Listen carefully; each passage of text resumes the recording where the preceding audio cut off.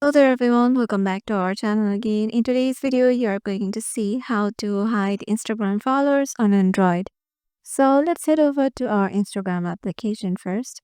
Once you're there, make sure you have logged in into your desired account and then head over to your profile by tapping the profile icon on the lower right corner. Once you are there, just tap on the three lines on the top right.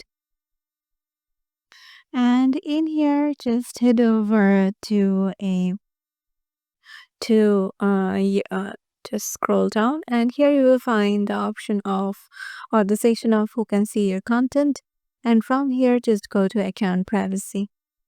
Now as you can see in here, when your account is private, only the followers that you approve can see what you share, including your photos or videos on hashtag and location pages, and your followers and following lists. Certain info on your profile, such as your profile picture and username, is visible to everyone on and off Instagram. So make sure you just turn on your private mode on Instagram and your followers and following list will be hidden. Hope this video will help you out, and we will see you in the next one.